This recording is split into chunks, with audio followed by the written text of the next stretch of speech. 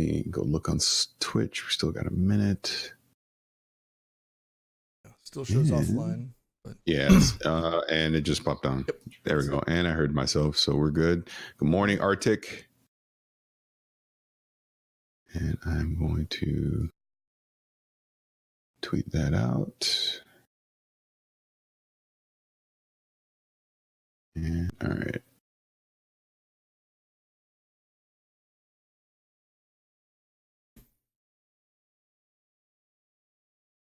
What's up, Arctic? Good morning. Happy end game. Happy end game weekend to everyone.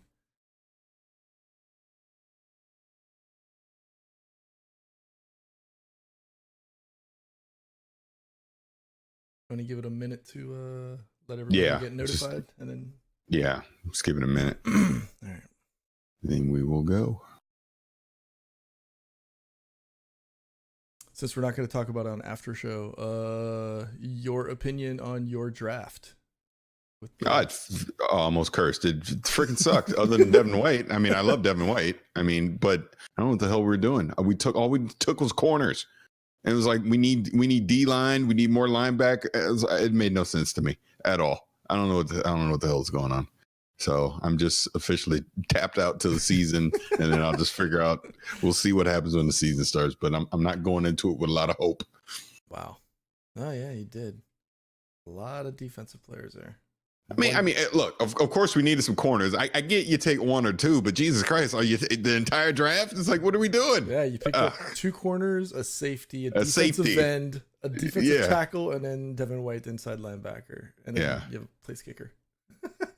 Yeah. Oh my God. And we took the kicker. I was like, what? What are we doing? Excuse me. All right, we'll start in 1 second here. Same here, Arctic. Same here. Anyway, and anyone that's in here, we're not talking Avengers Endgame spoilers at all. No Avengers Endgame spoilers. Because, which I will say before we officially start here, I hopped off Twitter Monday morning. Like, you saw a tweet I had with Phoenix, and I was like, you know what? I'm out. I was out. I literally logged out on my phone, stayed off Twitter until I saw the movie, right? I log in, 8 DMs. It was like people can request to send me a DM. Right. So I was like, oh, let me look and see. They all tried to freaking spoil the movie. All 8 of them tried to spoil the movie. You think maybe that was because you made it a point to say it on Twitter that, hey, I'm logging off? Yeah. Yeah, I think so. I think so. People are assholes. I couldn't. Oh well. It's okay. We're not officially recording yet, right? Yeah. All right. Ban definitely. Yeah, because if we time out, they're going to say something. They're just going to wait. Yeah, just time out. Just ban them immediately. Yeah, just ban them, because I mean, you're doing that. You're just being an ass. But let's go, because I speaking of Endgame, I'm going to go see it again. Yes. So we only got 30 minutes on this one. This is going to be a short one. Let's go for it. So let's go ahead and start. 872, right? 872. Here we go. And you're listening to episode 872 of Gamertag Radio. This is Parris, and I am here with Pete. Good morning. What's up, dude? Nothing much. I mean, hey, this is Avengers Endgame weekend. I'm going to go have my second viewing later today, which, by the way, this will be a short episode. No Danny this week. He was actually in Memphis, Tennessee. He was a part of the St. Jude's event that they had. He'll have a lot of content coming from that. So look for that coming here in the next few days to weeks on Gamertag Radio. So before we get started, I want to remind everyone, you can go check us out over at GamertagRadio.com. You can find the podcast over at Audio Boom. You can find us on iTunes. We're on Spotify. I do believe we're officially on Pandora now. That's pretty sure I saw that. Officially on Pandora. Yep. And basically anywhere your favorite RSS feed, you can get Gamertag Radio. Of course, social media at Gamertag Radio. And Danny, let everyone know where they can leave us feedback. All right. So, like I said, this is going to be a short episode for this. We just haven't, gotten together back on our routine. So we want to start getting back on the routine of recording episodes because we have a lot of one-offs, daily conversations, things like that. But wanted to get together this morning to at least address some of the feedback that we've been getting. So we have a few voicemails. We have some emails that we want to read, obviously, from our Discord channel as well. We have our feedback channel where people can leave us messages. So, Pete, are you ready? Should we start it off with one of the voicemails? We'll finish it off with voicemails. Or okay. We'll intersperse. We only have 2 voicemails. Like you said, we're going to be a short episode today, so you can go get your second viewing in. So let's go with some writtens, and we'll go from there. Okay. All right. I'm going to start off with Black Knight. What is this? 22K6. He is saying, "Hey guys, I listened to episode 857, and I agree with Parris in regards of Sony not taking the risk in competing with xCloud and Stadia for 2019. You see, I read one when someone agrees with me. Of course I did. And also with Xbox Live going free. But the biggest impediment for this technology is internet usage caps that makes this option for people with unlimited internet only so with that in mind, do you guys think," I can't read, "so that you guys think that the community will come together in the future to pressure ISPs to change their policy with internet caps? Take care and keep up the good work." And obviously we've talked about the Stadia and PlayStation Now and xCloud and all that stuff. But the part of this email that I want to get is his issue with the ISPs. And obviously we have data caps, and this is mostly in the United States, probably not a global problem, but in the United States, you have a lot of ISPs that had data caps.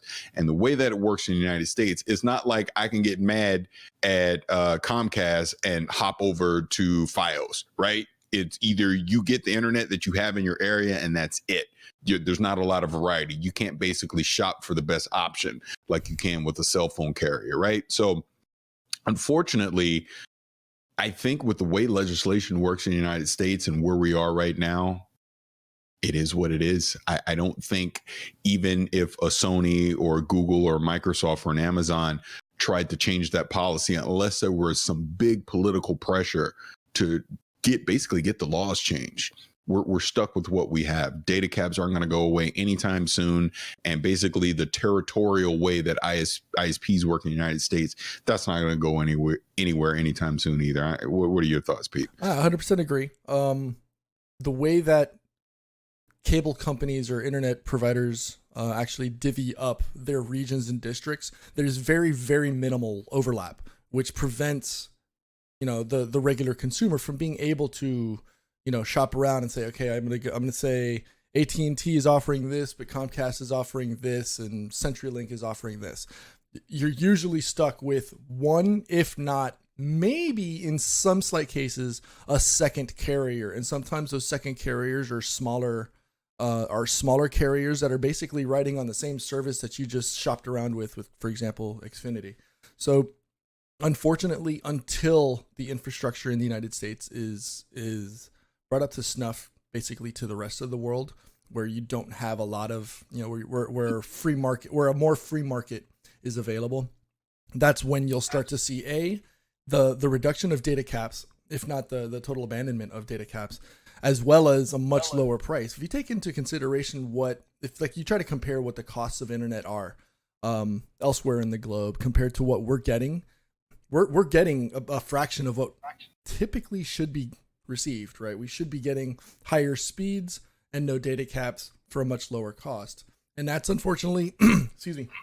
See, here we go. We got the ISPs coming in here. They're already trying to attack me now for talking bad about it. But they're basically hamstringing us as a consumer. And that's what we need in order to help facilitate things like Stadia and the Project xCloud and Netflix and all the other online offerings. That's what we need to have here in the United States. So talk to your local representatives, talk to your local governments, and see what we can do to start opening up these these conversations between carriers and providers. Make it easier for the consumers. Yeah, I mean, pretty much completely agree with you. I mean, that's all we can do. Thank Black Knight for that email. Let me go ahead and jump in and read another really quick, and then you can hop in with one as well. But this one is coming from D Havoc, and he is saying, "What's up, y'all? With Cuphead now on Switch, with Xbox." Well, which I can't read. I'm just telling you this right now. I can't read. I'm 45 and I can't read. I don't. My school in St. Petersburg, Florida, is terrible. Okay, what's up, y'all? With Cuphead now on Switch, which Xbox game would you like to see next? It's a shame that Microsoft took risks with games like Quantum Break, Sunset Overdrive, ReCore, and they won't get sequels, but maybe these can benefit on Switch with Game Pass. Would be cool. Thoughts? Thanks, guys. So actually, I saw a rumor that we may get a sequel to ReCore. So it may not be complete doom and gloom as far as that goes. And to take this fully back to 2013 before answering your primary question, Microsoft came out with some exclusive IPs of titles, like you said, Sunset Overdrive, Quantum Break, Rise was another one. We got later on with ReCore, things like that. And let's just be frank, they weren't that successful. They weren't the kind of exclusive titles that would make you go run out and buy an Xbox One. They weren't these must-have titles. I know Sunset Overdrive, which I'm not personally a huge fan of, does have a big cult following out there. And I believe the rights to that game has reverted back to Insomniac. So Insomniac doesn't necessarily have to release it on Xbox. If they were to get a publisher that would back them, they could release a sequel to it if they so chose. I mean, who knows? We'll see in the future. But the reason I bring that up is another game that they had that came out that was exclusive was Ori and the Blind Forest. And we are getting a sequel to that. And it looks like that's either going to come later this year or probably early 2020. And to go to your primary question, I believe that would be the obvious no-brainer next game to show up from Microsoft on the Switch would be the first Ori and the Blind Forest. If anything, I would imagine that they would probably time it so that when they're ready to put out the sequel on the Xbox, they put out the original on the Switch. Mm-hmm. And then, maybe later on the sequel then would come to the Switch as well. And there's also been rumblings of a Cuphead sequel coming, which to me, again, just seems like a no-brainer. I know with the development style, the animation style that they do for Cuphead, it is a pretty long process. So maybe we won't see it for a while. My guess would probably be 2020, 2021 at the earliest for a Cuphead sequel. But then again, obviously that can come on the Switch or whatever its successor would be as well.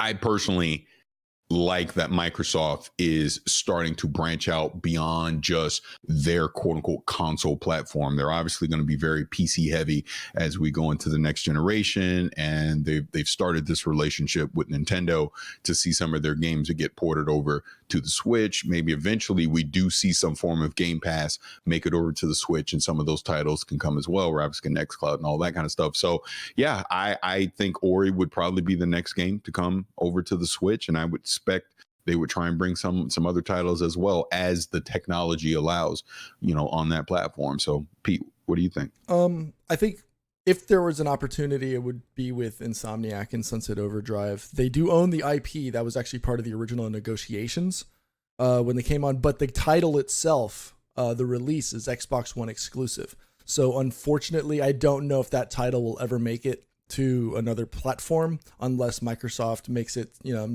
some kind of addendum to the agreement.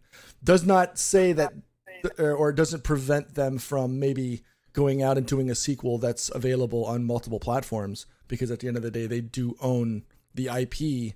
Just that first initial installment was locked in towards the Xbox One. So, I mean, that'd be pretty cool. I mean, that'd be good for those that are hardcore fans, people like Danny and them who appreciate that. I mean, we should be thankful in some way, shape, or form towards Sunset Overdrive, because that allowed Insomniac to take that same game style, and we saw what happened with Spider-Man, right? That was a fantastic release that they did last year.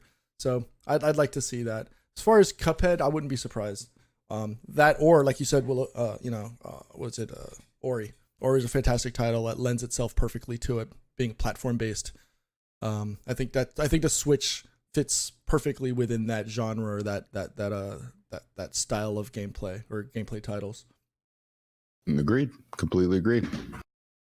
Nate, got another email? Actually, I was going to throw up a voicemail. This All one's right. kind of lengthy. Unfortunately, I'm sorry, I'm not going to be able to play all close to 6 minutes of it, so I'm going to chop it down in order for time. So here we go.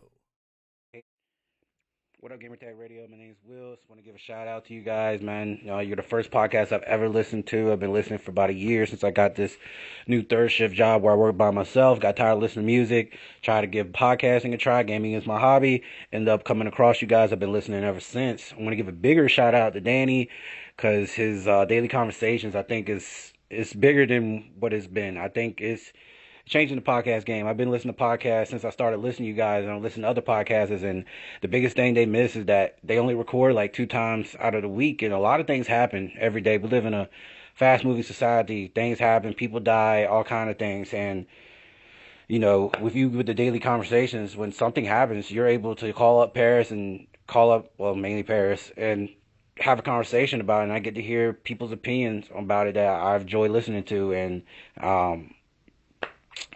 you don't get that anywhere else. So I think you're doing something big. I know you're in between jobs, and that's probably the reason why you had the time to do it. But hey, unlike a lot of people who are in between jobs, you're doing something crazy, man. And you're being extra creative, and I really love what you're doing. But to my not necessarily my question, it's my theory, and I want to hear you guys' opinion on it, whether I'm crazy or whether what I'm thinking is something that could possibly happen. If it can't happen, explain to me. I want to hear your reason why it could never happen.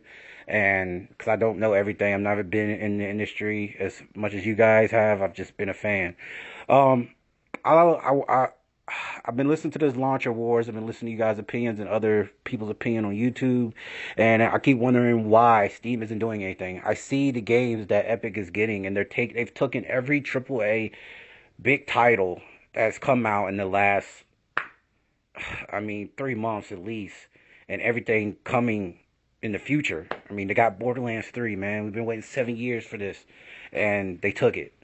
And I have no problem with that. I'm new to PC. I bought it right around time, 3 months after PUBG hype, just like anybody else who bought a PC and 3 years ago bought it because of PUBG. PUBG, in my opinion, handily grew PC gaming a lot, along with Twitch streamers, obviously, being the reason why PUBG. But PUBG and Twitch grew PC gaming a lot, and I'm part of that big boom.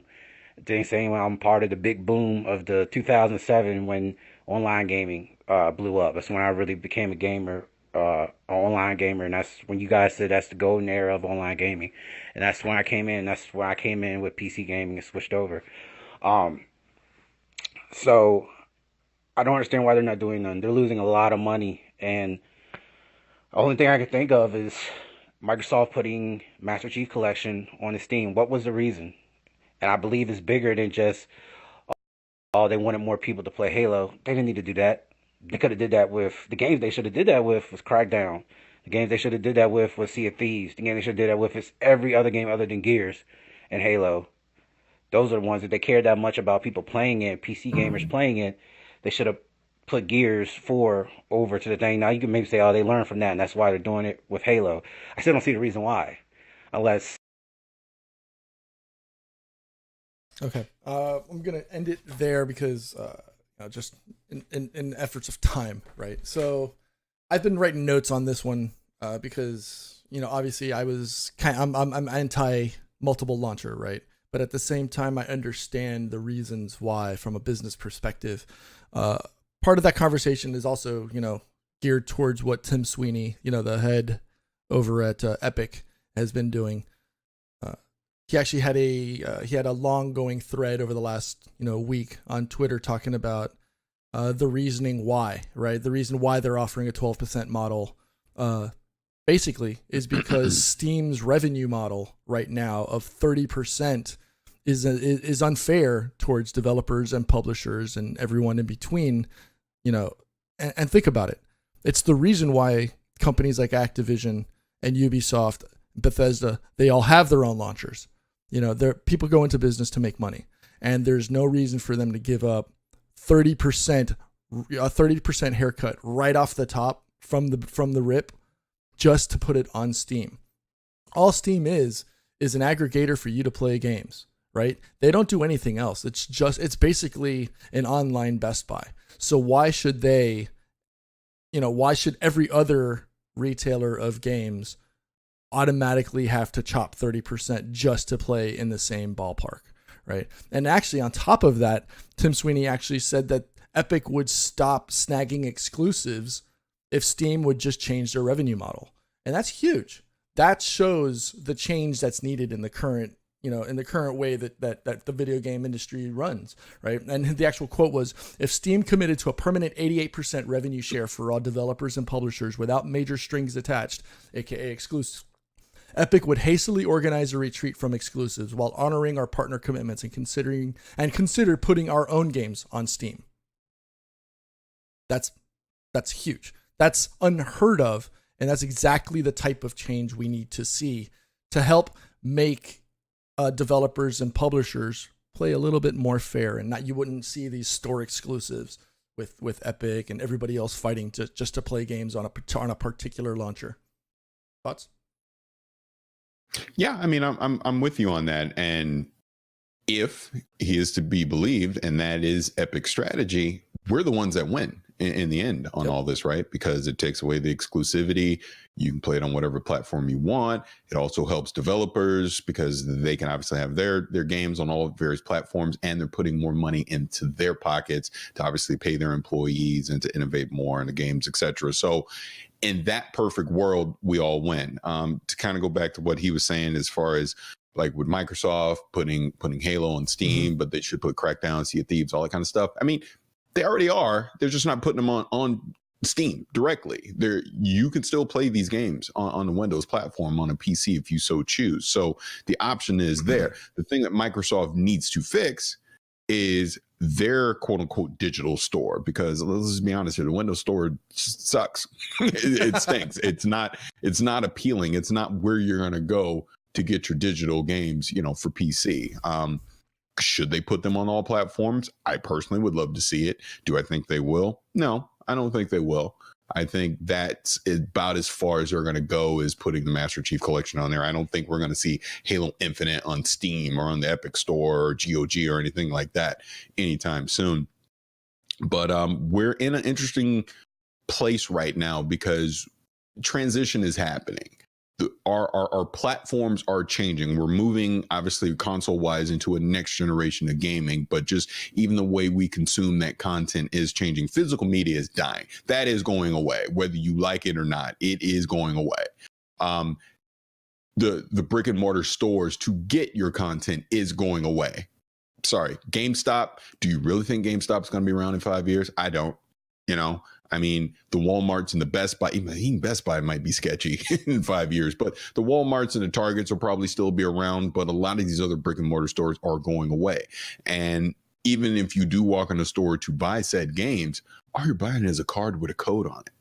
You're still going to be downloading the games. Physical media goes away. And I know I'm tangenting off into this. This is part of the reason why it's already been rumored, or I guess, I don't know if it's 100% confirmed, but basically PlayStation 5 is sticking with Blu-ray for physical media because there's no more, there isn't a reason to innovate on physical media anymore. Why? What are you doing it for?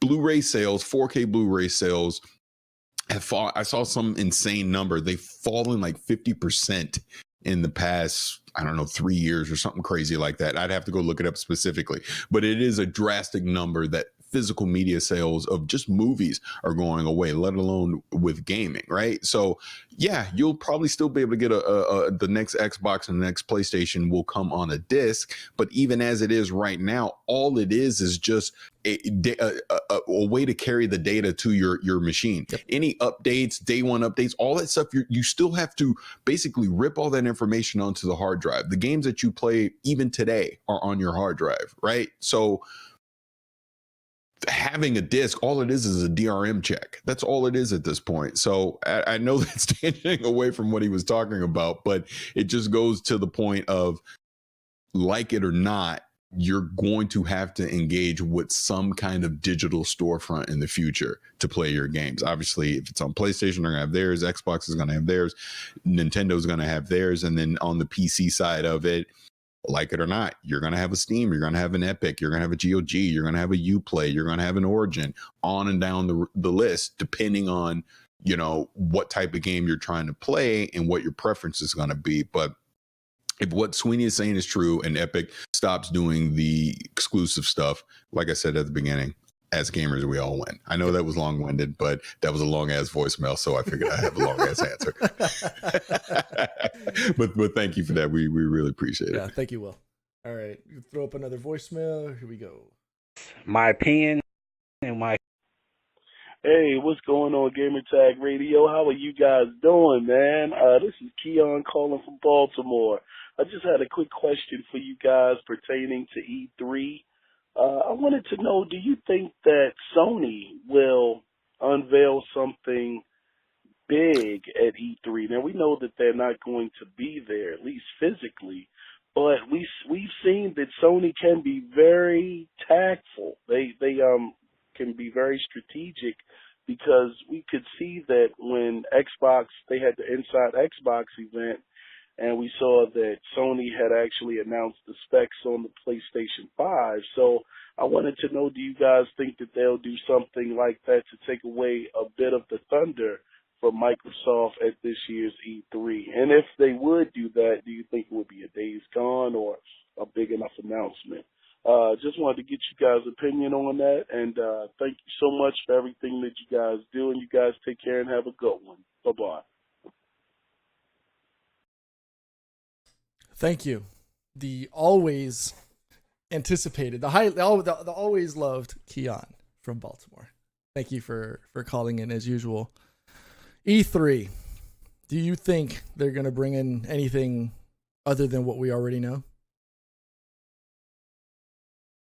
Oh, yeah, I'm sure they will. Outside of those titles, though, obviously Days Gone just released this week, so obviously it's not going to be a title, but do you think there's going to be something that we haven't seen already or already announced, or do you think that they're what they do announce from a games library perspective is going to be PS5 related? Here's what I think. I think of the quote unquote mainstream big AAA titles. No, I don't think we'll hear anything. I think some smaller, some VR titles, some AA titles, some exclusive indie titles, we'll get announcements on that. And they'll be for the PlayStation 4. I don't think we'll hear anything PlayStation 5 related at the earliest. Maybe if they do another PSX at the end of the year, maybe. Most likely early 2020, we'll start to hear rumblings of things like that. And if they return to E3 2020, which I think is very debatable in my opinion, but that would be the full reveal blowout of whatever they're going to have specifically for PlayStation 5. I do think we're going to see some cross-generational things for PlayStation 5 as far as Death Stranding, Last of Us 2. I think they will debut on the PlayStation 4, but you'll be able to take that, and they've already said there's going to be backwards compatibility, but you're going to be able to take that PlayStation 4 disc of those games and play it on a PlayStation 5, and it's going to quote unquote upgrade to take advantage of the PlayStation 5. I think those will be some of the first titles to do that. I think, like, from a third party standpoint, you'll see things like an whatever that new Assassin's Creed, as an example, will probably do something similar. And I'm sure Xbox is going to have a similar strategy as well, where, yeah, they'll continue to push games into 2020 that'll play on the current consoles, but they'll upgrade themselves to be playable on the next generation platforms as well, and take advantage of that new hardware and technology. I think Cyberpunk will be another similar game in that vein as well. So that's my thought. Cool. All right. Well, I know we're pressed on time. Do you have any more emails or anything from Discord? I'll read a fun one real quick, because when you send one to me directly, I like to read ones. So here we go. He goes, this is Simon Phoenix, and he goes, this is from Discord. Again, join our Discord or channel, discord.gg/GTR. If you're listening to this, you can sign up, and we have a specific channel called Fan Mail where you can leave us emails and questions and all that good stuff directly there. So here we go. Simon Phoenix says, hey, GTR, I've been listening since the episodes leading up to the 1X release, and y'all been my favorite podcast ever since. Clearly, he listens to ones that Danny is not on. This is mainly directed, I'm being an ass. This is mainly directed at Vicious696, that is me. But feel free to throw in your thoughts as well. And Pete, I'm sure you will. Are you pumped by the news of the live action Cowboy Bebop movie? It's a series on Netflix, technically. Also, how excited are you with the casting choice? More importantly, that of Spike Spiegel. I hope they do right by source material. I'm definitely pumped for this. Look forward to the response. Keep up the awesome work, Felix. Felix, thank you so much for this question. Cowboy Bebop is near and dear to my heart. I've talked about this in the past many times. And just to clarify, you said movie in the email, but I'm sure you meant about there's a Netflix series coming for Cowboy Bebop. And Danny is messaging us offline. Yes. Should have been on the show. I ain't even going to delete. All right.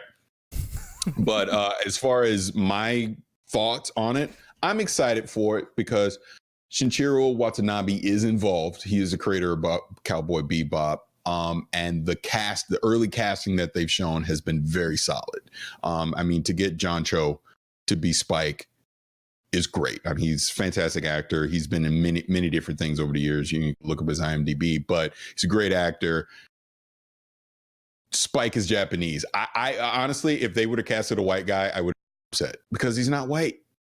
He's Japanese. That's the whole point, right? So to get him to be the actor, I loved it. I don't want to blank on all the different names, but Mustafa Shakir, I think I'm saying his name right. I think so. I think so. He was the villain in Luke Cage season 2. I think getting him as Jet looks fantastic as well. I do not know the actress that is playing Faye, and I believe her name's like Daniela Pineda. And then they got Alex Hassel to be Vicious, which again, I've said a million times. My name, Vicious696, is directly from him, that villain. He's one of the greatest villains of all time, anime, whatever. I love Vicious. So it seems like very inspired casting to me. I'm excited for it to see what they'll do. As long as they're faithful to the source material, I'm okay. The only thing, and I don't think this has been confirmed, is allegedly Einstein, the dog, is not going to be a corgi. It's going to be a husky. Am I right in saying something that? like that? We talked about that a couple episodes back. I hope that's false. That would be my only thing. You trying to tell me you can't get a corgi? You can't train a corgi to be there? So we'll see. And they've obviously not said who they're casting as Ed yet. So that'll be key as well, who they cast as Ed. But so far so good. Looks great. I'm excited to see what they'll do with it. Yeah, I remember that episode was a really good episode that we had, and we talked about that, I think, mostly on the after show. But I'm curious. I want to know who plays Ed. Do you think that's probably the biggest one that they haven't announced? I mean, yeah, because it needs to be a girl, but it needs to be someone, because remember, it was kind of ambiguous throughout the series. They never identified. Until the end, when we found out that it's a girl. So it needs to be a girl. It needs to be ambiguous of her gender throughout the show, and then obviously a big reveal at the end.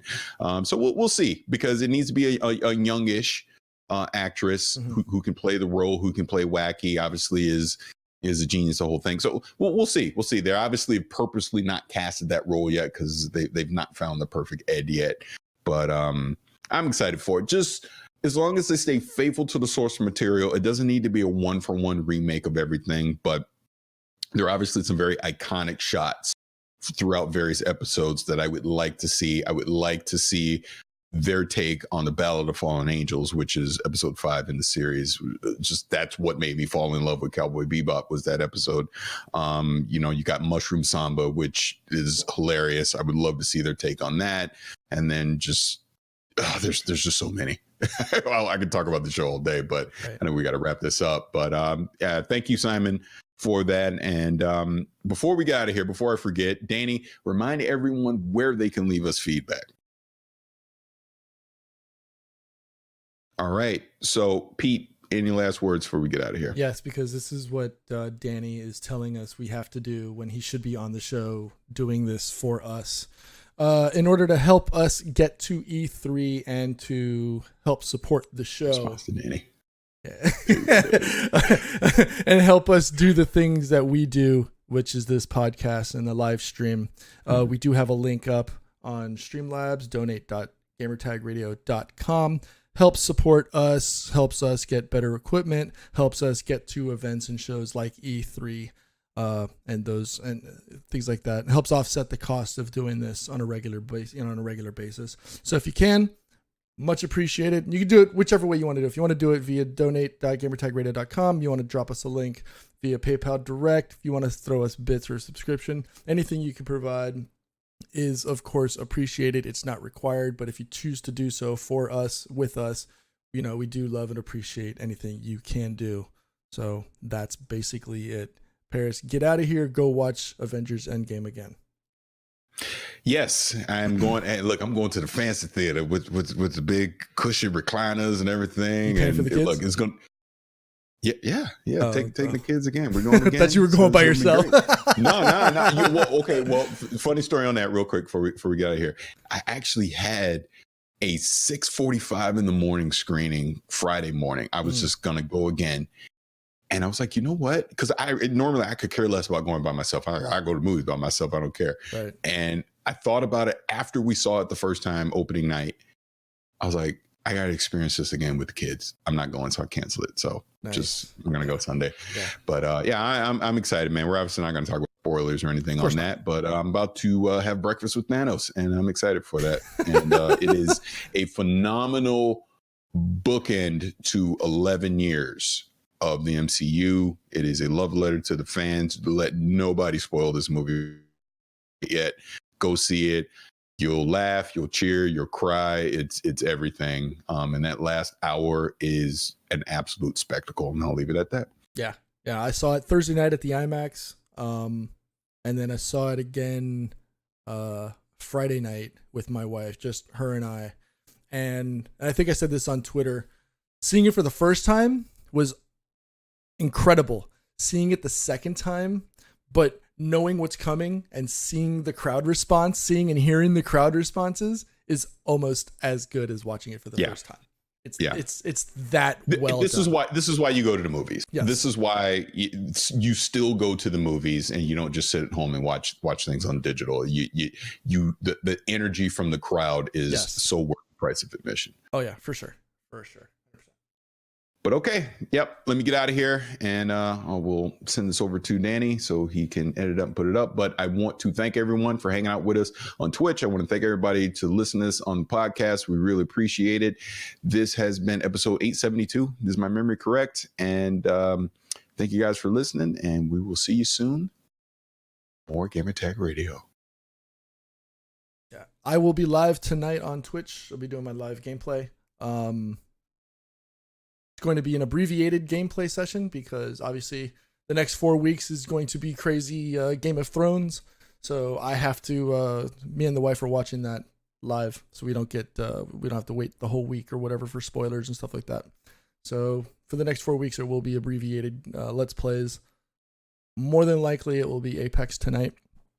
Parris, you and we need to get back out on the Division, get some more gameplay. Yeah, I guess I haven't talked TS server messing around. Okay. And I honestly, I was like, I'm gonna wait until the Title 3 update comes out to jump back in and really do anything, because I almost feel like we're at a stalemate right now with the changes that are coming compared to what's on the PTS server. That I just it's almost right now. What's the point? One thing, because as I get this audio over to Danny before I get out of here, I'll just say this real quick. I'm sure you saw the Anthem news. I didn't really want to talk about it on the podcast proper at all, but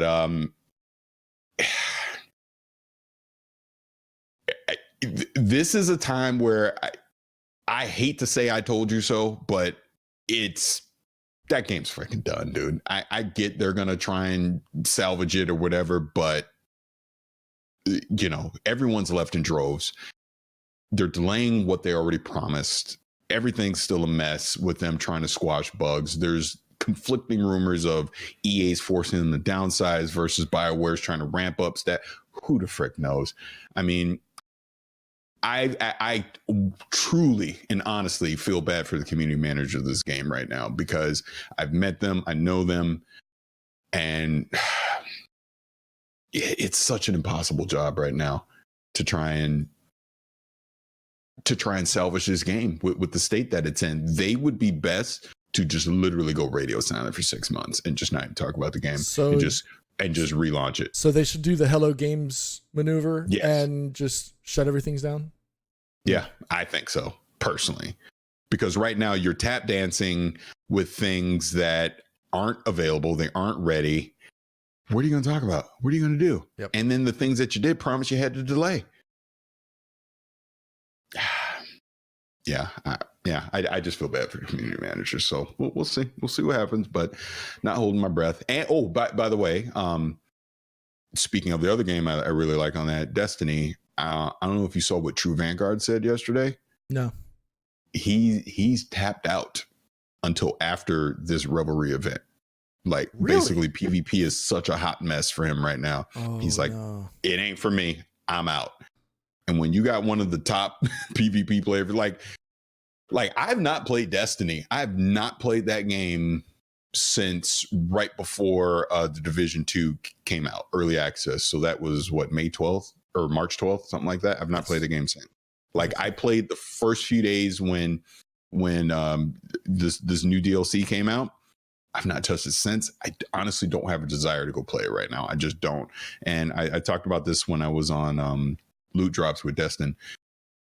I'm kind of just in Destiny 3 mode at this point. I really don't know what they can do that's going to get me to jump back on board. Sure, if they come out with another raid, stuff like that, I'll jump in and play it. But as far as me on the grind, I just don't have the desire. I almost feel like Destiny 2 is what it is at this point. You freed yourself from Activision. You're going to reboot the franchise. I'd rather jump back in when you reboot the franchise. And that isn't a hate thing. That isn't a, oh my God, Destiny sucks. I still love the game.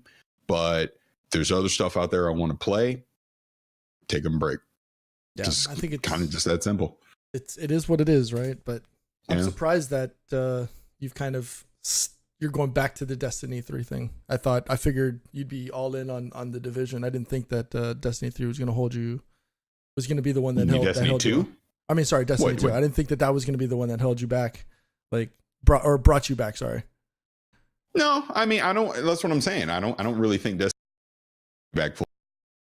Dip my toe in and out of it. I've already I haven't deleted the PlayStation 4 or anything, but when I do play, it'll be on PC. I'm not going to play on PlayStation 4 anymore. Yeah, I mean, look, dude, I've been playing the game for 4 years. So I feel like I've gotten my money's worth. And like I said, it isn't a thing of I've given up on it. Right. But I do want to see the franchise kind of reinvent itself and do something new, do something different, which is what they're working on. My thing is, how are they going to keep that community engaged for the next, I don't know, 15 months until Destiny 3 comes out? Because let's just assume Destiny 3 is September 2020. I don't know what they're going to do like this fall. I have no idea what they're going to do. I really don't. I would rather them dedicate those resources that they're probably putting towards Destiny 2 content and just throw it all at Destiny 3 at this point. But I know that's not how business works, so I know they can't do that. We'll see. Yep. We will see. All right. But all right. Yeah. Let me go. I'm leaving in like 30 minutes. So yeah. Hope everyone in chat. Thank you for hanging out. Appreciate it. And Danny, if you're still lurking around, I'm sending you my audio right now. Yep. My audio is already out. So all right, everyone. All right. Thanks everybody. And have a great rest of your day. Peace out. Yep. See you later.